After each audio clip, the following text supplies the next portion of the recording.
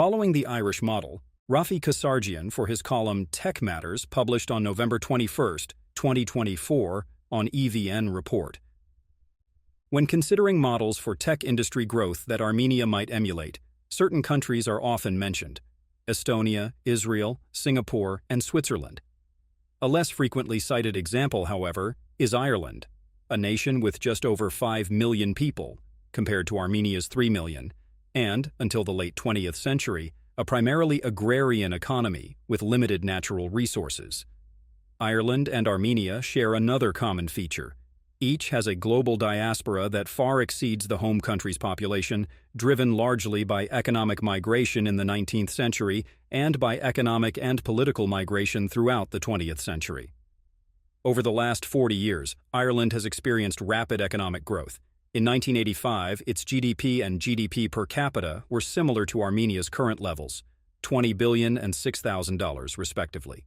By 2023, Ireland's GDP had reached $545 billion, a 27-fold increase, and its GDP per capita $103,000, a 17-fold increase, 3 times the EU average.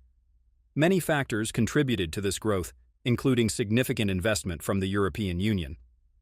But Ireland also benefited greatly by hosting the European headquarters of large U.S. corporations, including technology giants like Intel, Dell, Apple, and Google. How did Ireland achieve such dramatic growth? And if multinationals played a key role, how did Ireland attract them? Language and attractive tax incentives helped, as did Ireland's proximity to North America. The Irish government also made strategic use of its diaspora, particularly in the U.S., to attract foreign direct investment, FDI. In the late 1980s and early 1990s, IDA Ireland, the National Inward Investment Agency, identified board members with Irish-sounding surnames at major North American tech firms, seeing the diaspora as a potential asset. Intel's choice to establish its first major European manufacturing site in Ireland illustrates this well. Intel initially considered a dozen locations, but Ireland wasn't at the top of the list. One key decision factor was the availability of qualified talent in the chosen country, so the Irish government hired an agency to contact Irish engineers in the semiconductor industry, asking if they'd be willing to return to work for Intel in Ireland. Over 80% expressed interest, which contributed to Intel's decision. In the decades since, Intel has invested more than $20 billion in Ireland. The Irish government also transformed its foreign missions in strategic cities into multi-purpose Ireland houses that include representatives from IDA Ireland, Enterprise Ireland, focused on exports, and Tourism Ireland, making them one-stop shops for Irish interests abroad. The government's Immigrant Support Program, ESP, has also funded diaspora initiatives in key markets, shifting in recent years from a focus on cultural to economic diplomacy. Private sector initiatives further enhance these efforts. The Ireland Funds, founded in the late 1970s by Pittsburgh Steelers owner Dan Rooney and media mogul Tony O'Reilly, raised over $700 million to support Irish causes, envisioning an army of affinity for Ireland, a network of influential people committed to the country's welfare. When high-profile figures in tech or finance attended Ireland Funds events, their peers wanted to participate, creating a dynamic network which could be leveraged for key initiatives beyond fundraising. In another example, when talent became a vital resource and few in Ireland could afford college, Irish-American philanthropist Chuck Feeney donated $2 billion to Irish education, recognizing its role in strengthening the economy and laying the groundwork for FDI. Craig Barrett, former Intel CEO, founded the Irish Technology Leadership Group, ITLG, in 2007 to connect Ireland with Silicon Valley, facilitating FDI and opening opportunities for Irish startups by rallying over 20,000 tech executives of Irish descent into a network of influence. Lessons for Armenia. Many parallels exist between the Irish and Armenian experiences, particularly in leveraging influential diaspora networks to gain a competitive edge in attracting FDI.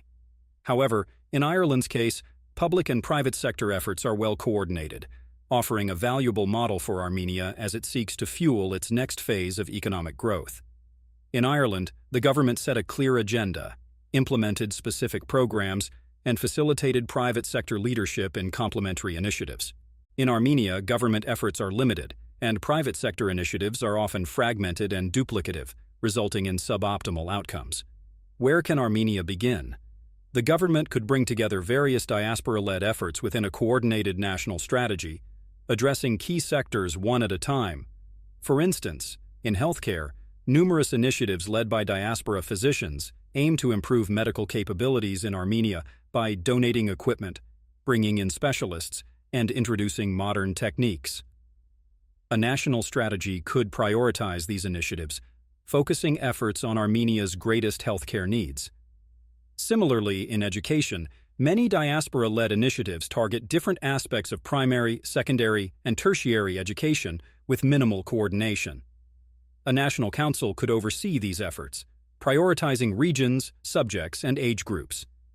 In tech, organizations such as Armtech, FAST, ARPA, HiTech, Hive, and several company-led programs have launched various initiatives, but the top 20 Armenian tech executives globally have likely never gathered in the same room.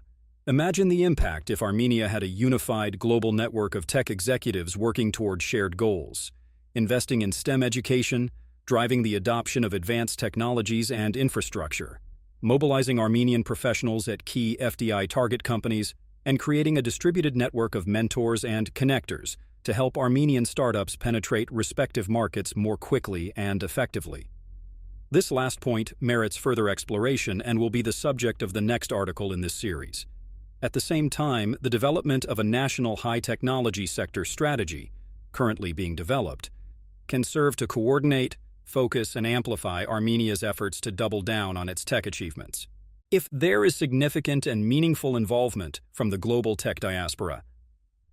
Note: the author would like to thank and acknowledge Dr. Martin Russell, founder of Global Diaspora Insights, for his invaluable insight on the interaction between Ireland and its global diaspora.